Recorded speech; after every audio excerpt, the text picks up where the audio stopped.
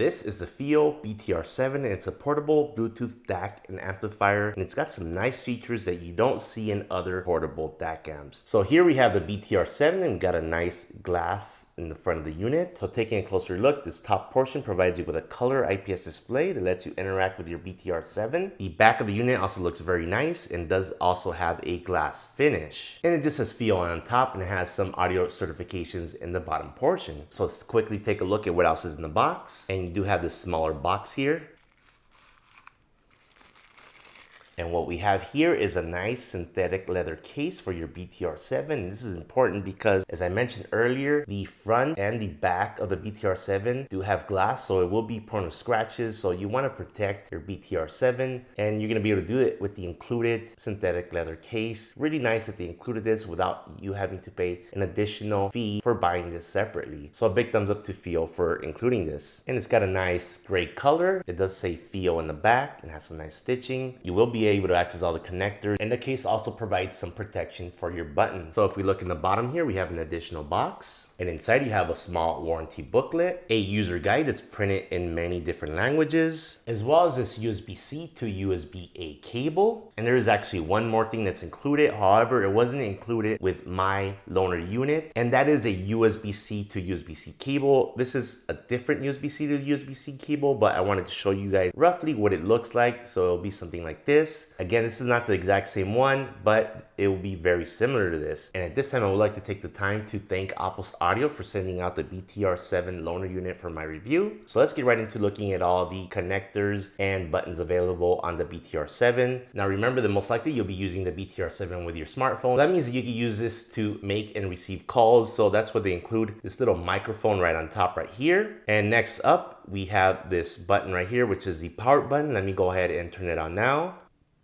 And we see the boot up sequence, and it is low on power, but we see here your display. It's a nice bright colored display that I really like. And on the top left here, you have an indicator for the volume level and your wireless connection level, as well as your battery meter. Then you have the codec that's being used to connect the BTR7 to your smartphone. In this case, I have an iPhone, so it's AAC. And then we have the sampling rate and how many bits are used for the audio. And the H-charge signifies it's high-res audio. Otherwise, it would show SD for standard definition. Okay, now that we got to see that nice screen, let's move on to the other buttons. So the power button not only acts as a power button for on and off, it also activates the menu, exit menu, and also the return to previous menu action. And the second button here is a multi-function button. It's also used as a confirm menu option button, but can also be used to reconnect, play, pause, answer, hang up, cancel a call, force a Bluetooth pairing, and activate the voice assistant. And then you have the volume up button that also functions as a previous track button, as well as switch menus. Then you have the volume down button, which also acts as a next track or switch submenus button. And then you have something very unique to the BTR7, and it's this charge function slider that you see here. You can either set it to go ahead and charge from your phone as you're using it as a DAC amp, or you could set it to use the battery only while you're using this kind of like as a dongle to hear your music. So if you don't want the BTR7 to use up power from your phone's battery to charge the BTR7, then you can just go ahead and set this so it doesn't charge. So it really leaves you in control of that function. So all these buttons are on the right side of the unit. On the left side, we don't have any buttons at all. But on the bottom here, we do have a USB-C connection, and that is for you to use the BTR7 in wired mode to connect it up to your smartphone. And if you don't have a USB-C connection on your smartphone, you can buy a cable that will support USB-C to Lightning, for example. But yeah, this is a port you would use to both charge your BTR7 as well as play your audio from. And here on the right, we have the 3.5mm single-ended headphone jack. That's where you would connect your unbalanced IEMs or headphones. And on the left, we have a 4.4mm balanced audio jack for connecting up your balanced headphones or IEMs. Okay, and now let's talk about what's inside the BTR7. It uses dual ES9219C DAC chips and dual T-Checks AAA-28 amps to power your headphones or IEMs to give you the best sound possible using a portable device. Now for its Bluetooth capability, it uses a Qualcomm QCC5124 Bluetooth 5.1 chip and supports both app control and over-the-air firmware updates, allowing you to keep your BTR7 updated with all the latest features. The Qualcomm Bluetooth interface supports high-res audio codecs like LDAC, aptX HD, aptX Adaptive, as well as the more standard codecs like AAC and SBC. And with its integrated XMOS chip, it allows you to play PCM audio up to 384 kilohertz and native DSD 256. It also supports MQA 8X rendering when using it in USB mode. The BTR7 has a built-in 888 milliamp battery, and not only can you charge it using a USB-C charger, but you can also charge it wirelessly using Qi charging, which is pretty unique. Not something I've seen with other portable DAC amps. So a really unique feature to the BTR7 here. So as far as the build quality, we've already seen the front and back glass covers, but the body itself is made out of an aluminum alloy, which makes this device very durable. And then I just wanted to show you what it looks like with the case on.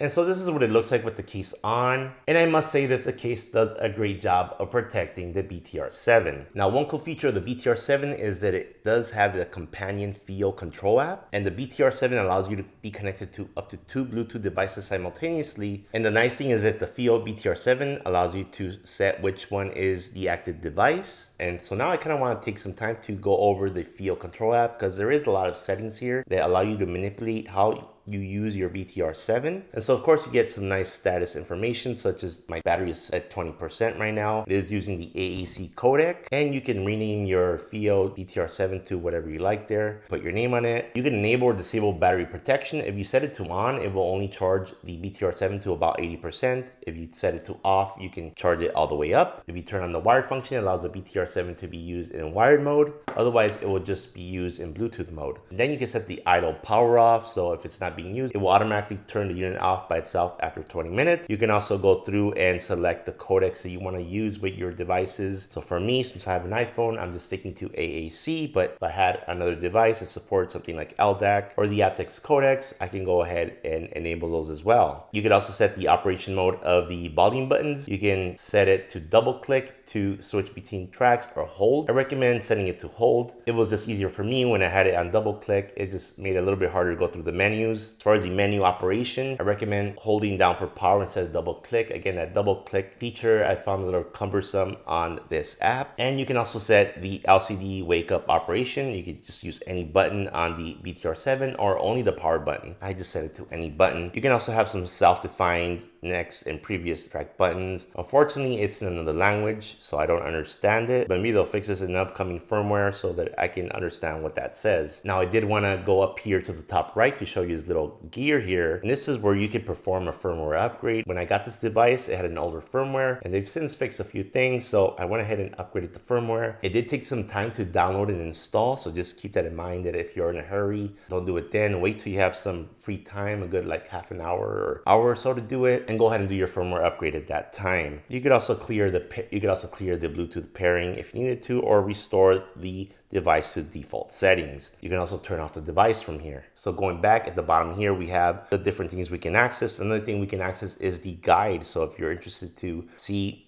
what these controls are on the side and you can't remember, you don't want to look online, it's right here on the app. So you can check out how to go advance to the next track and so on. But just keep in mind that advancing between tracks and so on only works in Bluetooth mode. I tried doing it with a wired connection, it just wouldn't work. So in order to use these advanced functions like answering calls and all that, the BTR7 needs to be connected using Bluetooth. Okay, so another kind of cool thing about the BTR7, it kind of gives you some advanced functionality, is that it gives you access to an equalizer. Now, there are several predefined EQ settings in the BTR7. You can access it from the menus in the BTR7 or from the app. So for example, I'm going to turn it on. So that's on, and now I can go ahead and select. So as you can see, we have our jazz setting, rock, and so on. Or you can use the user 1, user 2, and 3 to define your own EQ settings. So you can set this up and set some curves up, and you see the curve kind of get changed as you apply those frequency settings. And you can just press that button to reset it back to the default. But yeah, really nice. And if we turn it on, we do have access to an advanced feature here, and lets you set other settings such as the filter type, the gain and Q setting. So if you do a lot of EQing, this might be a good device for you. But again, I will just leave this off for now. And you pretty much have access to most of the frequencies here from 31 all the way up to 16,000. So that's more than enough. And finally, you have the audio menu here. And we could do some volume limiting. You can set the call volume, the channel balance. So for example, you have some hearing problems on one ear and so on. You can set the channel balance to adjust for that. And so this one right here is a unique feature to the BTR7. It's only available from the FiiO Control app. And this is called the balance boost mode. And what this does, if you're using that bigger 4.4mm balance connector here on your BTR7, it then allows you to use balance boost mode, and that gives you additional power output, which can be useful when trying to drive higher impedance headphones. In fact, it will increase the output power by 2.5 times over the normal output, reaching about 100 milliwatts. So the drawback of this feature is that it only can be used when utilizing that 4.4mm balance connector and cannot be used with the 3.5mm single-ended connection. So if you use mostly balanced headphones or IEMs that use that 4.4mm connection, this is a definite plus for you when you get this device. Now, of course, using the FiiO Control app is the easiest way to access the settings for your BTR7. And so with the settings I have set, I'm just gonna hold on this power button. It gives me access to the menus, and I use the volume up and down to access the menu settings. And here we have access to gain, and we're gonna use the second button here to kind of use it as a confirmation to go to the next menu. And you can set this to high or low. So if the low setting is not powerful enough for your current IEMs or headphones, you can set it to high. To get out of this menu, you're gonna go ahead and press the first button, which is also the power button. Now let's go down to filters, and there's only two filters available, fast and hybrid fast. I'm not sure why there's only two. I found that the hybrid fast works a little bit better just for me. You can also access the EQ from here. Again, you can set it to the predefined EQ settings, or if you go all the way down, you can actually access those user-defined settings that you set. But again, you can't set the frequency settings here. You have to use the FiiO Control app to create these user-created settings. Then you have car mode, and it's on and off. I'm not quite sure what this does. I didn't mess with it. And then you have device list. This is where you can go and set which device you want to be the active Bluetooth device that's outputting the audio. And then you have the U audio setting, and you could set it to UAC 1 or UAC 2.0. You will get the best audio with UAC 2, but the UAC 1 setting is kind of driverless and easier to use. So if you have any trouble, you can try using the UAC 1, but for best audio, use UAC 2. Then you have the dimmer setting that you can control. I have it set to 2, which I think is bright enough, but you can go ahead and set it really bright or dim it down to about 1, but I think 2 is perfect for me. You could also set it to a different language. You can control the screen timeout anywhere between 5 seconds and 30 seconds. You could set the input priority. So if you do connect it with a wired, it will use that UAC connection. So this pretty much says if you do have this connected to Bluetooth and you connect the wire, it will prioritize using the wire for outputting the audio. You can also factory reset the device if you have any issues going on. You can go and see the current version of your firmware. This is where I saw that it was using an older version, so I went ahead and updated it. And finally, you can access some additional technical information of your device. So now let's talk about the sound quality of the FiiO BTR7 portable DAC. First of all, I did notice a little bit of a background noise while listening to the BTR7. The background was not pure black like I've heard with other DAC amps. It was more noticeable where there were more quiet parts of the song, but not too noticeable once there are instruments playing and there is singing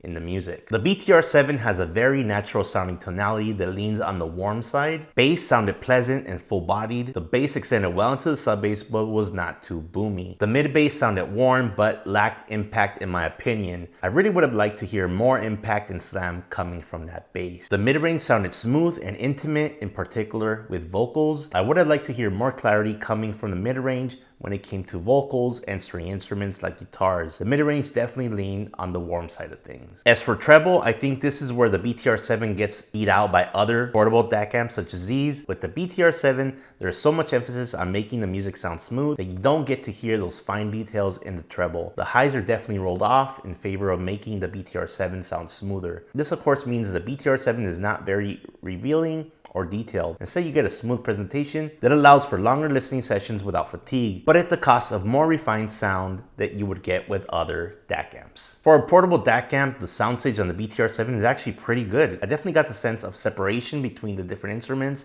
and sounds that I heard in the music that I listen to, I would classify it somewhere between mid and wide soundstage. Because the BTR7 has that wider soundstage, imaging on this device was also very good, and I was able to pinpoint the location of different instruments playing within the soundstage with ease. Now I'm going to talk about the sound quality while using Bluetooth wireless. I would like to point out that typically you're going to get the best sound quality using a wired connection when using a portable DAC amp. But I know that sometimes using Bluetooth wireless is much more convenient and may also change up the sound. As for the sound quality performance on the BTR7 using Bluetooth wireless, I must say that it actually sounded very good. That smoothing of the sound that I heard while on wired USB mode was kind of gone, and the tonality of the music sounded much brighter, which I think is a good thing for this BTR7.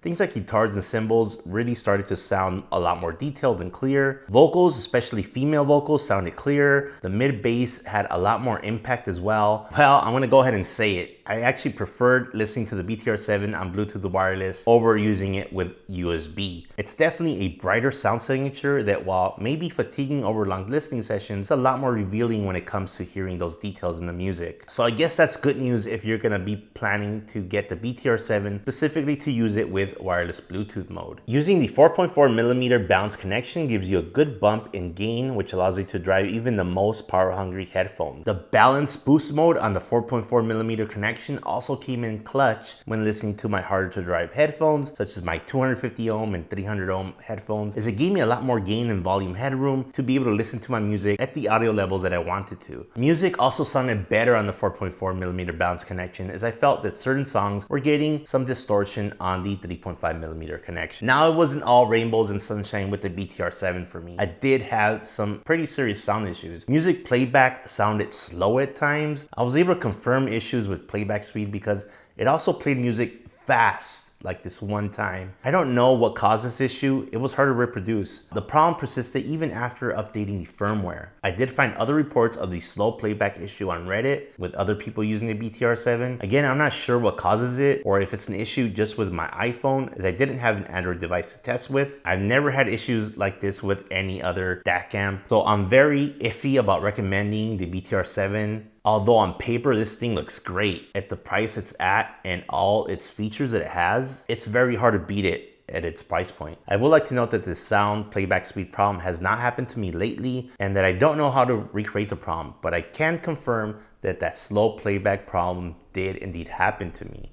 So overall, how do I feel about the FiiO BTR7? Well, I did encounter several issues with it, ranging from slow audio playback and fast audio playback that one time, to issues with getting the FiiO control app to connect properly to the BTR7, as it took several tries to connect successfully. I also had trouble updating the firmware using the FiiO control app. It would just get stuck and seemed to be taking a very long time to download the firmware update, and I could not get it to the point of installing it. Finally, after some tinkering, I was able to install the latest firmware update, although I did still feel like I was getting a slow audio playback even after that firmware update. The FiiO BTR7 has a lot of great features, ranging from its onboard screen and settings menu to the ability to control the BTR7 via the FiiO control app using your smartphone. Finally, things like wireless Qi charging really stand out, as I typically don't see this feature on other portable DAC amps, as well as the FiiO BTR7 giving you the ability to create custom EQ settings. All these features sound great on paper, but it just felt so convoluted, and trying to do simple tasks became difficult. I almost miss the simplicity of a simple DAC like the Questyle M15i, where the only thing you need to fiddle with is its low and high gain switch. Whether you should get the BTR7 really depends on if you like being able to fully customize the sound of your portable DAC amp, if you have the time to fiddle with the various settings to get it to function and sound just the way you want it to. If you want a portable DAC amp that is simple and just works, I would skip this one and go with the Questyle M15i instead. That being said, the FiiO BTR7 has a lot of great features that might be worth it if you don't run into the same issues that I did. So if you're looking for an affordable portable Bluetooth DAC amp that has an integrated LCD screen and a companion app that lets you control all the settings, then the FiiO BTR7 might be the one for you. I hope you guys enjoyed the video, and I'll see you next time.